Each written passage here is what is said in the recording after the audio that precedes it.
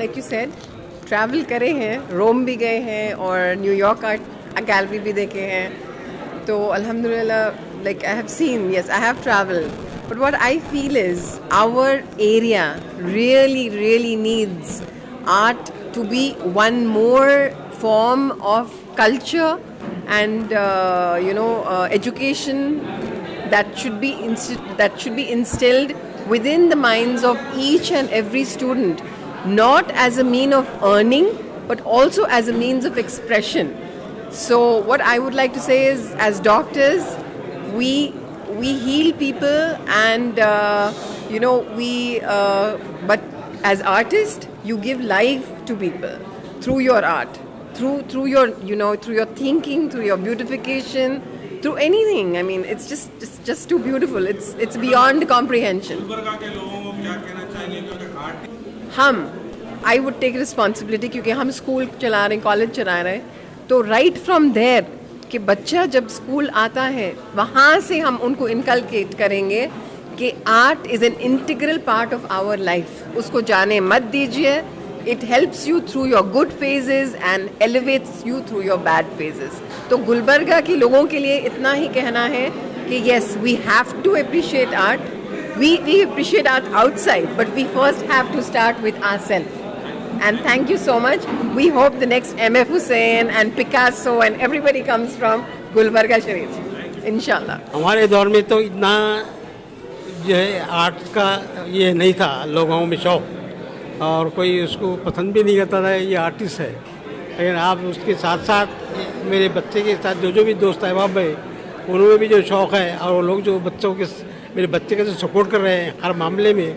और उनके साथ साथ मैं कॉलेज के प्रिंसिपल साहब अंदानी साहब और उनके दीगर जो लेक्चरर हैं जो उनकी कोऑपरेशन कर रहे हैं और हमेशा से भी करते आ रहे हैं, और हमारा पूरा ख़ानदान जो है इसी कॉलेज से जो है सरफराज हो चुका है. आर्टिस्ट आपके बेटे का आर्ट आपको कैसा लगा? मेरे बेटे का आर्ट तो बिल्कुल ऐसा लग रहा है कि ये खुद मेरा आर्ट है, क्योंकि मैं भी जो है सऊदी में कैलीग्राफी कर चुका हूँ अरबी लैंग्वेज पे.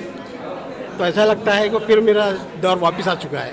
और हती भी उन बच्चे के साथी भी और बच्चे के स्कूल के प्रिंसिपल वगैरह सब भी उसको हमेशा जो है कोऑपरेशन करते रहते हैं.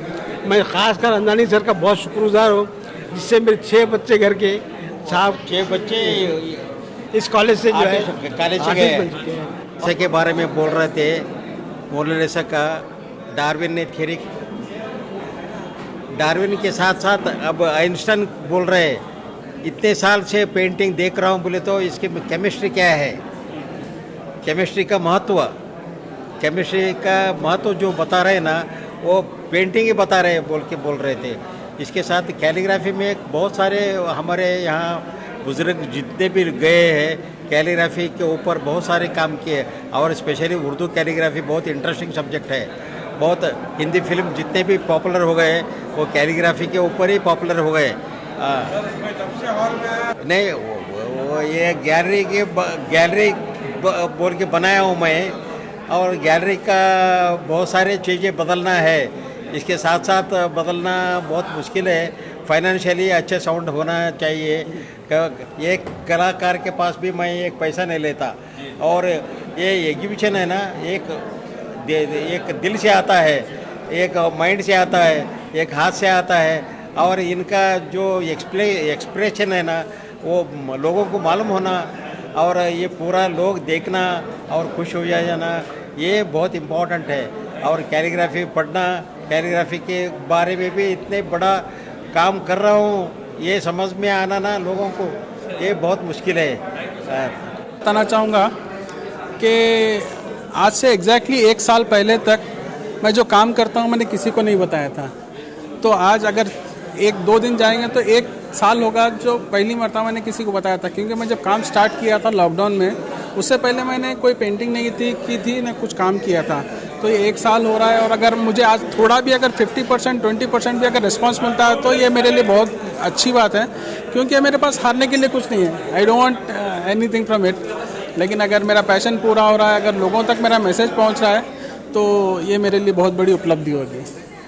आपने स्टेज शेयर किया है, कैसा लग रहा है आपको? ये तो पहली मर्तबा हुआ है, क्योंकि इससे पहले मैंने कोशिश की थी कि फादर को अपने साथ अपने स्टेज शेयर करने के लिए, लेकिन अगर मैं बोलूं कि जो ना अगर मैंने उर्दू कहीं से सीखी है तो मेरे फादर से सीखी है, क्योंकि हम उर्दू की हमारे रीजन में इतनी ख़राब हालत है कि अगर आप 100 किलोमीटर की रेंज में जाएंगे तो आपको कोई क्वालिफाइड कैलीग्राफर नहीं मिलेगा जिससे हम कोई सीख सकते हैं। तो मेरे फादर जब सऊदी से आए थे तो मतलब उनके साथ मेरे को वक्त बिताने का मौका मिला, तो बहुत सी चीज़ें उनसे सीखने को मिली।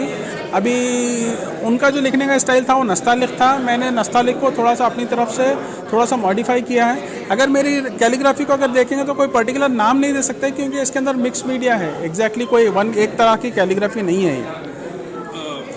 पेरेंट्स को क्या कहना चाहेंगे, क्योंकि हर माँ बाप मेडिकल इंजीनियरिंग की तरफ आर्ट को तो अब कितना भी दबाव ख़त्म नहीं होगा, क्योंकि जो ना मैं हमेशा कहता हूँ कि एक्चुअली हमको ऑड रास्ते से जाके जो ना मतलब लोगों को परफेक्ट करना है, बच्चों को, क्योंकि जो ना इंजीनियरिंग, मेडिकल, फार्मेसी ये बहुत हो गई है। अगर बच्चों को अगर अपना पैशन फॉलो करने के लिए आउट ऑफ द बॉक्स कुछ जाना पड़े तो जाने के लिए उनको परमिशन देना पड़ेगा, क्योंकि जो ना मैं हमेशा कहता हूँ कि कोई पूछता है तो स्पेशली तारे ज़मीन पे और 3 इडियट के बाद पेरेंट्स और बीच का जो फासला था बहुत कम हो गया है।